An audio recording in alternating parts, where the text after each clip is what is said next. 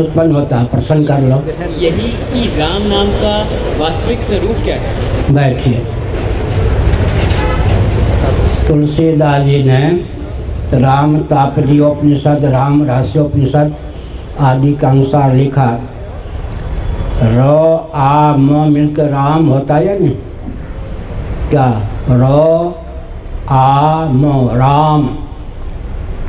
तुलसीदास जी ने उपनिषदों के आधार पर लिखा है तो कृष्णानु भान हिम कर को अग्नि सूर्य और चंद्रमा के बीज हैं। कृष्णानु लिखोगे ना तो र है या नहीं क्रिय क में, अब भानु में भोग के आगे आ है या नहीं, हिमकर में अंत में हिम म है या नहीं।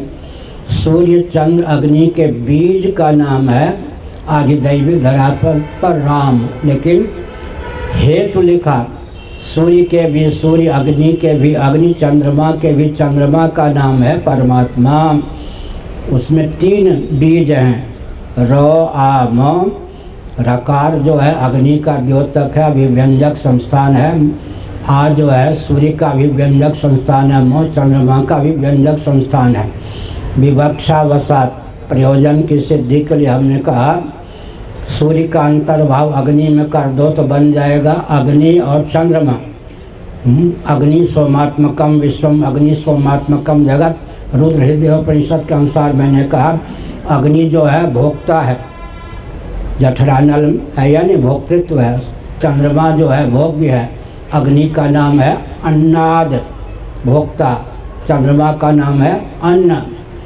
धरातल पर क्या हुए? अग्नि के भी अग्नि, सूर्य के भी सूर्य, चंद्रमा के भी चंद्रमा। आध्यात्मिक धरातल पर सूर्य कौन है? नेत्र के देवता हैं या नहीं? चंद्रमा मन के देवता हैं। और अग्नि जो हैं, अग्नि नेत्र के देवता हैं, वाक के देवता। 3 हो गए ना। वाक माने वाणी, नेत्र और क्या हो गया? मन। इन्हीं तीनों का आध्यात्मिक जगत पर 3 का नाम ही सब कुछ हो गया। आदि भौतिक धरातल पर क्या हो गया? रूप, नाम और क्रिया। इस प्रकार नाम रूप क्रिया, प्राण का भी द्योतक, प्राण के भी प्रकाशक सूर्य होते हैं। नाम रूप कर्मात्मक जगत है, अग्नि सूर्य सोमात्मक जगत है। इसी प्रकार से वाक, नेत्र और प्राणात्मक या मनोमय जगत है। आदि भौतिक, आध्यात्मिक, आदि दैविक तीनों धरातल पर केवल राम नाम से सारा काम चल जाता है। तीनों का ज्ञान हो। विश्व, वैश्वानर, तेजस, हिरण्यगर्भ, पूरा सृष्टि का विज्ञान राम नाम का अर्थ जान ले।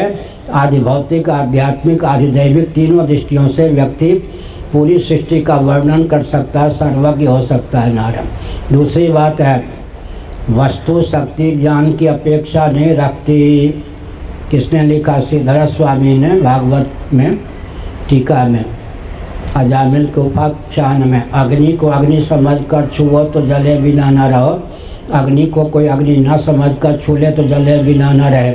अमृत को कोई अमृत समझकर पी ले तो अमर हुए बिना न रहे, अमृत को कोई अमृत न समझकर पी ले तो अमर हुए बिना न रहे। वस्तु शक्ति ज्ञान की अपेक्षा नहीं रखती। भले ही कोई नाम के अर्थ को न जाने, लेकिन नाम लेने पर पाप का निवारण होता है, पुण्य की प्राप्ति होती है। शब्द की शक्ति जानने के लिए मैं एक उदाहरण देता हूँ। आपका नाम क्या है? अनिरुद्ध। बिल्कुल, जिसकी गति कहीं निरुद्ध ना हो, अनिरुद्ध। हाँ, बढ़िया। खर्राटे लेकर मान लो कोई अनिरुद्ध नामक बालक सोया हुआ है, उसकी माता होले होले धीरे धीरे अनिरुद्ध अनिरुद्ध कहकर पुकारती है। अब मैं 2 प्रश्न करूंगा, उत्तर मैं ही दूंगा, चाहो तो आप भी दे सकते हो। जब कोई व्यक्ति खर्राटे लेकर सोया होता है, उसका नाम लेकर पुकारा जाता है, वह सुनने के बाद अपना नाम सुनने के बाद जगता है, जगने के बाद नाम सुनता है। बोलो। जब कोई व्यक्ति खर्राटे लेकर सोया होता है, उसका नाम लेकर उसे पुकारा जाता है, नाम सुनने के बाद जगता है या जगने के बाद नाम सुनता है? नाम सुनने के बाद जागता है। तो सोया हुआ का सिद्ध हुआ? जब सुन नहीं रहा तो सोया कहाँ? और अगर जगने के बाद नाम सुनता तो नाम जगाने वाला कहाँ सिद्ध हुआ? समझ गए ना? नाम में कितनी शक्ति है। दो ही प्रश्न हो गए ना। जब कोई व्यक्ति खर्राटे लेकर सोया होता है, उसका नाम लेकर उसे पुकारा जाता है, तो क्या वो नाम सुनने के बाद जगता है? अगर कहेंगे नाम सुनने के बाद जगता तो सोया हुआ सिद्ध नहीं होता, और अगर जगने के बाद नाम सुनता तो नाम जगाने वाला सिद्ध नहीं होता। तो लालू कालू जैसे नाम में भी अचिंत शक्ति का सन्निवेश है, जिसके सुनने पर खर्राटे लेकर सोया हुआ व्यक्ति जग जाता है। तो वेदादि शास्त्र सम्मत रामकृष्ण में के नाम में कितनी शक्ति होगी। हाँ, अच्छा सुनो, और मैं प्रश्न करता हूँ, उत्तर दूंगा। है कोई चतुर्चितेरा पारखी, मैं बच्चों की भाषा बोल रहा हूँ, है कोई चतुर्चितेरा पारखी माई का लाल, जो किसी भी भाषा के किसी भी शब्द या शब्दजन संस्कार का आलम्बन लेकर एक संकल्प कर ले? बिना शब्द का आलम्बन लेकर संकल्प कर सकते हो? बिना शब्द का आलम्बन लेकर निर्णय ले सकते हो? बिना शब्द का आलम्बन लेकर स्मरण हो सकता है?